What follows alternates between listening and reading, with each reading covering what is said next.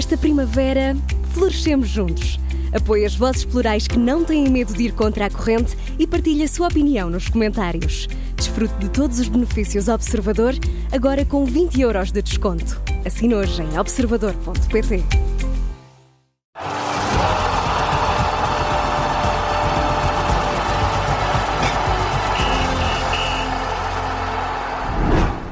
Portugal perde por 1-0, foi a primeira mão, quartos de final da Liga das Nações, uma derrota em Copenhaga com a Dinamarca, um golo já na segunda parte. Vamos então para a análise, ou vai o Gabriel aqui já para a análise àquilo que aconteceu, e aquilo que aconteceu não foi um bom jogo de Portugal, como o próprio Martínez reconhece, o pior jogo em 2 anos, segundo ele. Felizmente que reconhece aquilo que todos nós tivemos a oportunidade, infelizmente, de observar. Bons jogos todos têm, maus momentos todos têm, mas hoje aquilo que se passou na Dinamarca foi francamente mau. A equipa dinamarquesa não pode estar feliz por ter só ganho por 1-0, merecia um resultado mais dilatado, e a equipa portuguesa pode-se dar por feliz por ter perdido por 1-0 e dizer: temos Diogo Costa, que foi de facto o grande jogador da seleção nacional. Um guarda-redes que soube parar em situações difíceis, a começar por um pontapé na marca de grande penalidade, aquilo que era o maior caudal e melhor caudal defensivo da formação nórdica, sem que Portugal tivesse aquilo que se pode dizer acerto de marcações, concepção de jogo para naturalmente poder retirar espaço e o controle do jogo que os dinamarqueses foram tendo, quer na organização a partir de trás, portanto em fase de organização, com futebol, portanto, armado, com futebol corrido, quer quando aconteceu na questão das transições, isto é, do contra-ataque. A Dinamarca jogou nos dois, digamos, sistemas, com Portugal sem capacidade de poder reagir, portanto, às funções diversas que tem um jogo. Não esteve bem a atacar, não esteve bem no meio campo, onde para mim foi, de facto, a situação mais evidente. De facto, aqueles 3 jogadores são 3 fantásticos jogadores, todos nós queríamos vê-los em ação. A verdade é que Bruno Fernandes não encaixou em Vitinha e em João Neves, não tem rotinas, não tem, portanto, os chamados automatismos, são jogadores que estão dimensionados com outros futebolistas. E, portanto, há que fazer esse trabalho, que esse trabalho ainda não... E notou-se hoje que isso aconteceu. Agora, aquilo que me parece é que, face àquilo que estava a suceder dentro das 4 linhas, não houve também treinador. É fácil, portanto, e é bom e é justo que realcemos que Roberto Martínez chegou à conferência de imprensa, chegou à curta entrevista e assumiu, portanto, as situações todas e não inventou. Antes, pelo contrário, leu tudo aquilo que não se havia passado de bem no desenvolvimento e no desempenho da seleção nacional. Agora, no banco não mexeu. Portanto, quando não dá, os treinadores têm que mexer, por isso é que estão no banco, têm que entrar em jogo, também têm que entrar no jogo, têm que perceber o que é que fazer, tendo o grupo de futebolistas que têm ao seu dispor, para poder alterar as circunstâncias. Isso não foi feito e as substituições foram feitas, na minha opinião, tarde e más horas. Portanto, ouvimos os jogadores, ouvimos o treinador, falta de intensidade, falta de capacidade nos duelos, falta de agressividade, portanto, nos espaços que deixámos para os dinamarqueses, portanto, um meio campo que não funcionou, e no meio campo está o desempenho. E depois no ataque, obviamente, as coisas também não funcionaram. Rafael Leão praticamente não saiu no jogo. O Neto viu-se em 2 remates, um que poderia até ter sido o primeiro golo do jogo, numa grande defesa do Peter Schmeichel, a dizer sim, eu estou cá também para defender, mas depois foi-se perdendo.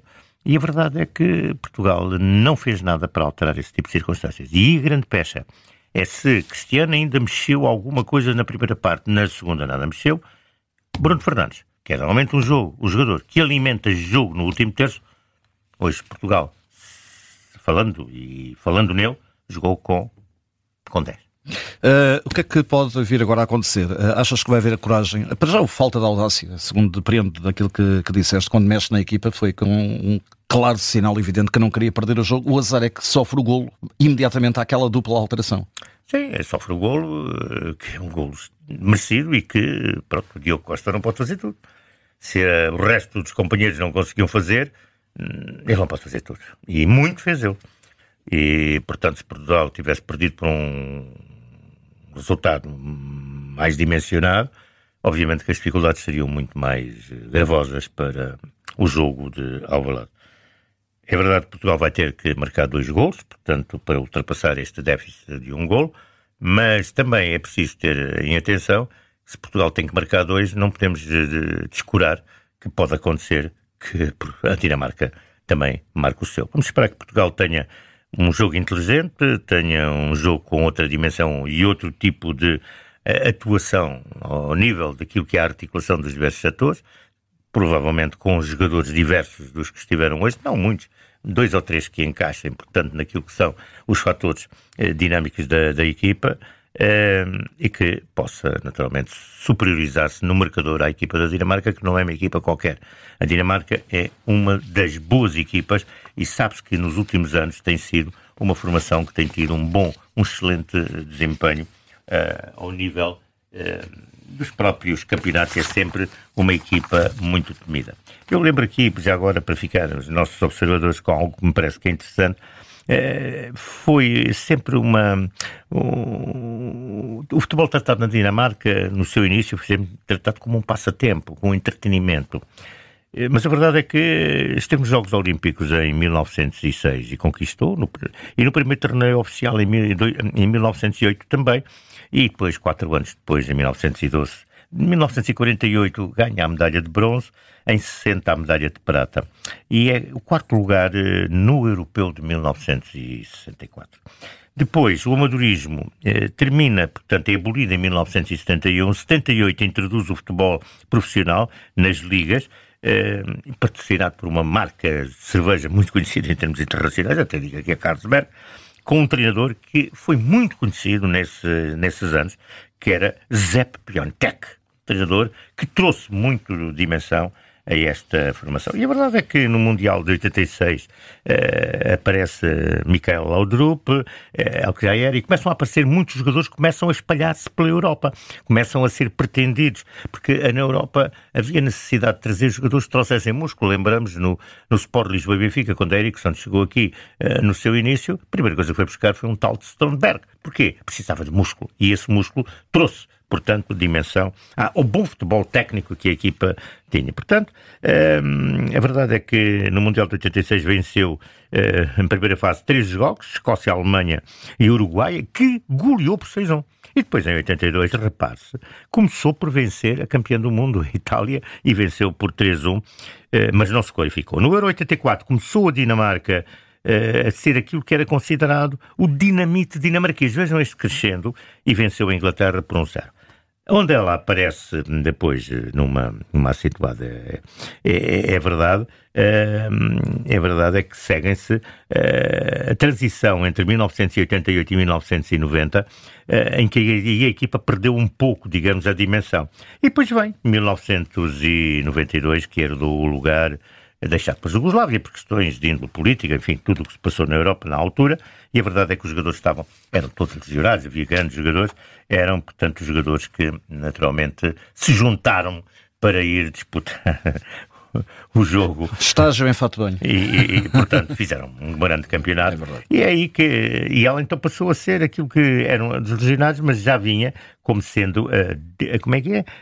Dinamite, portanto, a dinamitarca, portanto, que era, de facto, uma... E, portanto, é uma seleção que tem tido e é preciso olhar para ela, e é preciso ter atenção. E depois são jogadores jovens que não só têm aquilo que é a técnica da força, mas também têm força da técnica, são jogadores, porque muitas vezes olha-se só para aquilo que é a força da técnica só pela habilidade, pelo talento. Não, a força da técnica trabalha-se. A forma como se para uma bola, como se faz a recepção, como se faz um cruzamento, como é que a impulsão, como é que se sopra fazer, portanto, o cabeceamento, a forma como o cabeceamento é produzido. E depois tem aquilo que é, dentro daquilo que é o conjunto de bons jogadores que continuam a jogar a maior parte deles, tal como em Portugal, fora, em países dos 5 principais campeonatos, é ter aquilo que é a força da tática. Portanto, são jogadores cultos taticamente e ter um treinador que saiba organizar. E esta equipa junta toda uma série de fatores que é preciso respeitar, terem atenção, e não é só dizer que nós temos grandes jogadores, temos uma grande seleção, mas não chega a dizer, é preciso, na relva, mostrar. Vais dar força da técnica? Olha, dou ao Diogo, porque nunca se dá ao guarda-redes, mas o guarda-redes é muito importante. Tudo aquilo que ele fez, e as suas defesas hoje foram praticamente todas no chão, é preciso ter, de facto, uma técnica, uma dimensão fantástica de movimentos, de elasticidade. Porque uma coisa é ter a elasticidade de subir, outra coisa é ter prolongar-se, portanto, à flor do relvado, o movimento dos braços, todo o corpo, para, obviamente, fazer daquilo que se pode reportar como, enfim, uma técnica que hoje deu resultados muito bons. Se ele não pôde fazer tudo, sofreu era indefensável. E a técnica da força? Olha, a técnica da força, Para o futebol dinamarquês, provavelmente, não? Sim, mas dou recheado de força da técnica. E dou força da tática à equipa dinamarquesa. Lembra aqui um fator.